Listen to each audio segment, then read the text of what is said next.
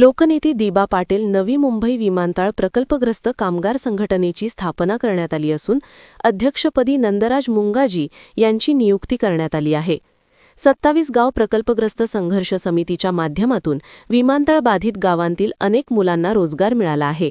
या पार्श्वभूमीवर संबंधित कामगारांनी नव्या संघटनेचे सभासदत्व स्वीकारावे असे आवाहन नंदराज मुंगाजी यांनी केले आहे। संघर्ष समितीच्या कामामुळे प्रकल्पग्रस्तांचा आमच्यावर विश्वास असल्याचे सांगत कामगारांच्या हिताचे रक्षण करण्यासाठी स्थापन करण्यात आलेल्या या संघटनेत मोठ्या संख्येने कामगार सभासदत्व स्वीकारतील असा विश्वास सरचिटणीस प्रेम पाटील यांनी व्यक्त केला।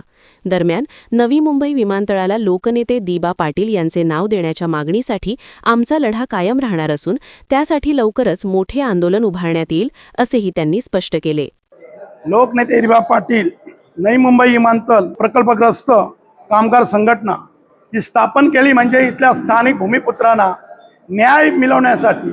आणि इथली भूमिपुत्र जी कामाला लागलीत त्यांच्यावर कुठल्याही प्रकारचा अत्याचार होता कामा नये त्यासाठी आम्ही संघटना स्थापन केलेली आहे। बरं, संघटनेमध्ये आता कामगार या ठिकाणी जे सभासद होतील त्यांना काय कशा रीतीने आवाहन करतात, नेमकं कोणी याच्यामध्ये सभासद झाले पाहिजे?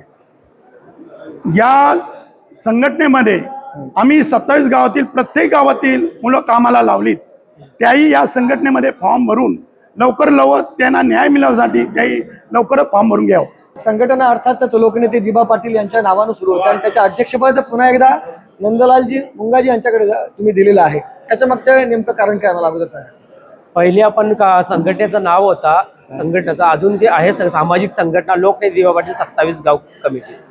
त्याच्यानंतर आता कामगार संघटना स्थापन केली, कारण का नवी मुंबई आंतरराष्ट्रीय विमानतळाला अजूनही नाव दिलेलं नाहीये केंद्र शासनाने।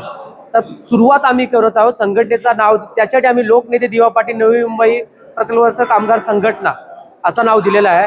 अध्यक्ष नंदराज शेट यांना ठेवण्याचं हे कारण म्हणजे जेव्हा प्रथमतः सामाजिक संघटना स्थापन केली अध्यक्ष नंदराज शेटच होते आणि पूर्ण कार्य त्यांनी प्रामाणिकपणे पार पडले। सगळ्यांचा विश्वासाच्या जोरावर त्यांना पुन्हा एक अध्यक्षस्थान त्यांना देण्यात आलेले आहे। आता तुम्ही सांगितलं की जवळजवळ 2500 लोक तुम्ही या ठिकाणी कामाला लावलेले।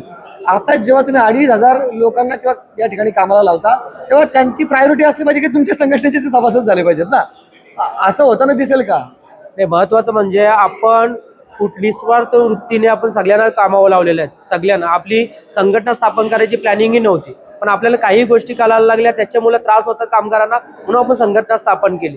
निस्वार्थ वृत्तीने आपण ही संघटना स्थापन केलेली आहे। निस्वार्थ वृत्तीने आपले कामगार आपले यावं, मेंबरशिप होऊ दे असं मी आव्हान करेन सर्वांना।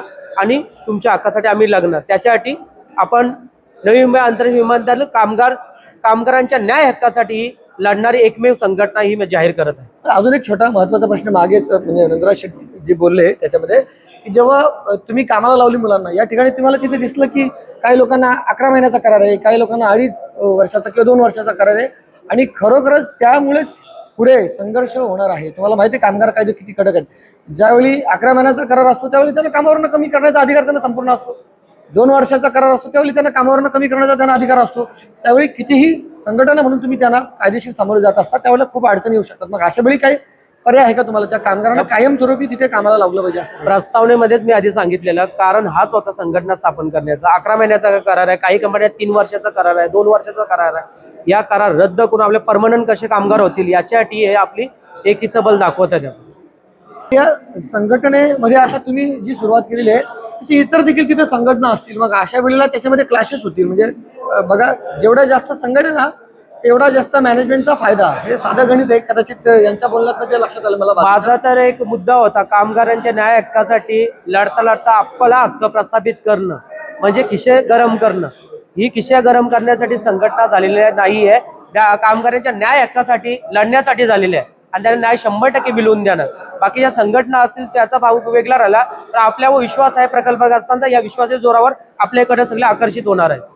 संघटना जेव्हा तुम्ही स्थापन करता त्यावेळेला अनेक प्रश्न कामगारांचे उपस्थित राहतात आणि अशा वेळेला कायदेशीर गोष्टी सगळ्या असतात। म्हणजे आता अर्थातच हे जे प्राधिकरण आहे म्हणजे हे केंद्र सरकारच्या अखत्यारीत येतं, मग त्याच्या वेळेला कामगार कायदे वेगळे असतात, त्याचे परत मांडणी वेगळे असतात, त्याच्यासाठी म्हणजे तुम्हाला व्यासपीठ वेगळा असतो जिथे जिथे तुम्हाला भांडायला लागतील, मग या सगळ्यांसाठी तुम्हाला लिगल टीम चांगली लागते, अशी देखील व्यवस्था केलेली आहे का? याची आता झाल्यावर आमची एक कार्यकारिणीची बैठकही होईल. लीगल टीम आम्ही एक लीगल टीम आम्ही सगळं नियोजित करू आणि पुढचं कार्य सुरुवात करू. ओके.